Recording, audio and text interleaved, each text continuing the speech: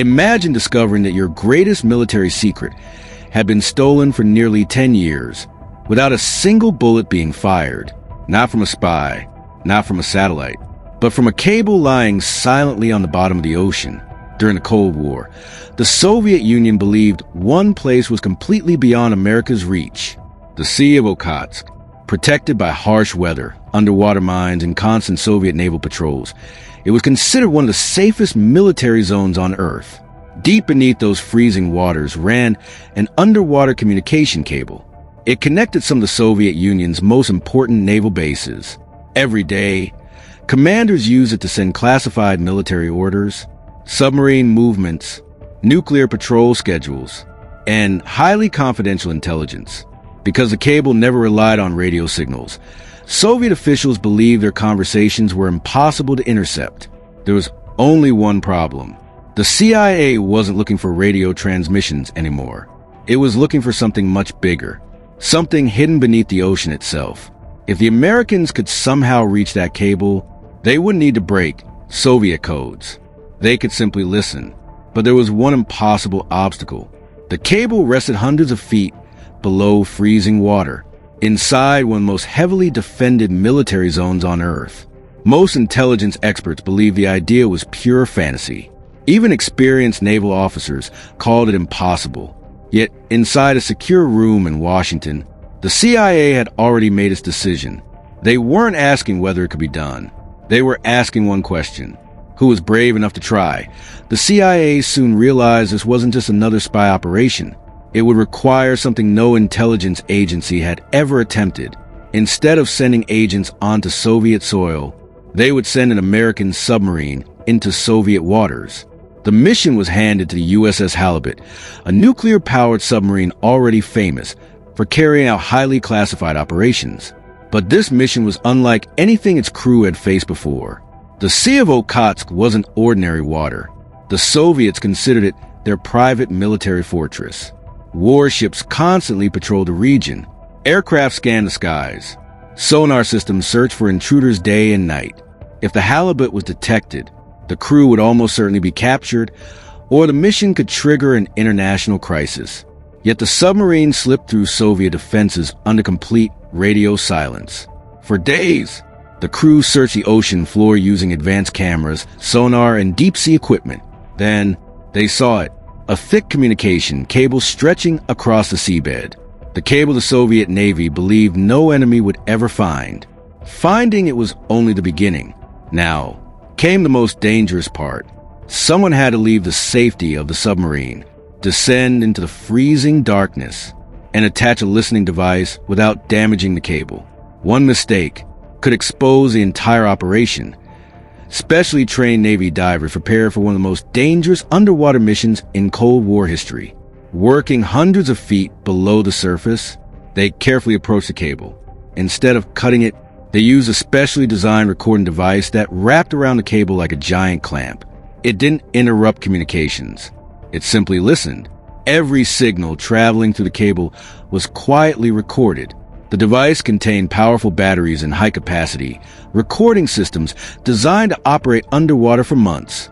When the recordings were full, the USS Halibut would secretly return. Divers would recover the tapes, install fresh ones, and disappear before anyone noticed. The Soviet Navy continued sending classified orders every single day. Fleet movements, submarine patrol routes, naval exercises, strategic planning. All of it was being recorded back in the United States. Intelligence analysts began reviewing thousands of hours of Soviet communications. The information was more valuable than anyone had imagined. For the first time, American intelligence wasn't guessing Soviet intentions. They were hearing them directly from Soviet commanders themselves.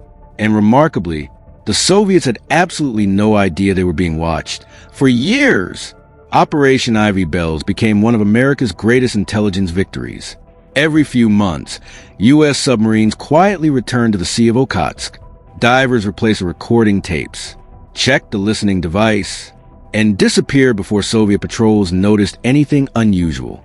Inside CIA headquarters, the recordings transformed how America understood the Soviet Navy. Analysts no longer relied only on satellite images or intercepted radio signals.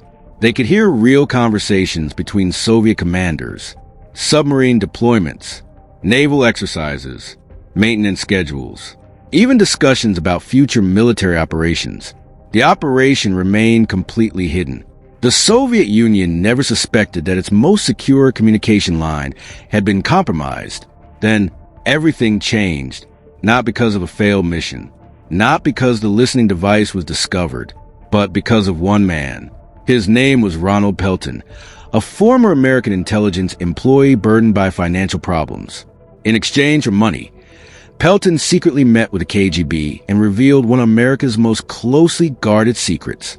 He told them exactly where the underwater wiretap was located and how the CIA had been listening for years. The Soviets were stunned.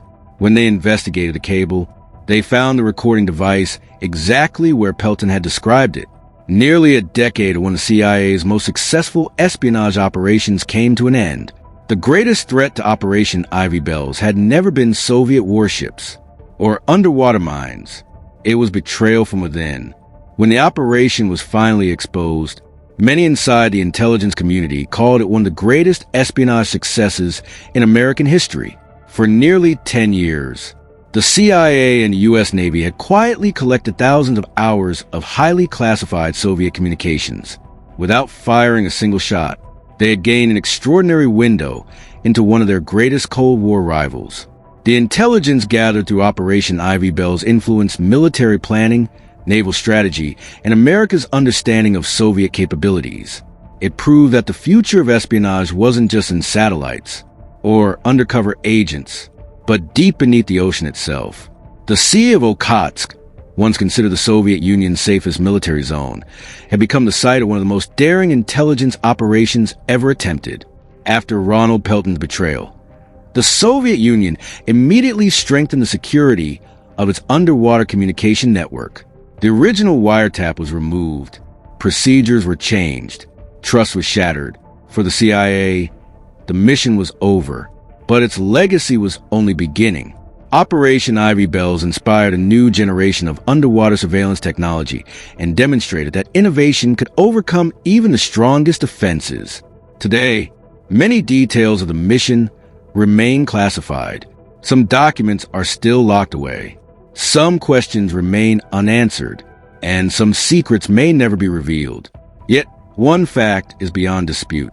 A handful of submariners, engineers, divers, and intelligence officers accomplished what almost everyone believed was impossible. They entered one of the world's most heavily defended military zones, found a cable no enemy was supposed to locate, and secretly listened to one of the Soviet Union's most sensitive military conversations for nearly a decade. In the Cold War, some of the greatest battles weren't fought with missiles. They were fought in silence, hidden beneath the waves, where the ocean kept its secrets, and only a few people in the world knew they were there. If you enjoyed uncovering one of the CIA's most incredible Cold War operations, subscribe to Story Nest. Every week, we reveal the hidden missions, declassified intelligence, and untold stories that shaped history. Because history's greatest secrets are often the ones no one was ever supposed to hear.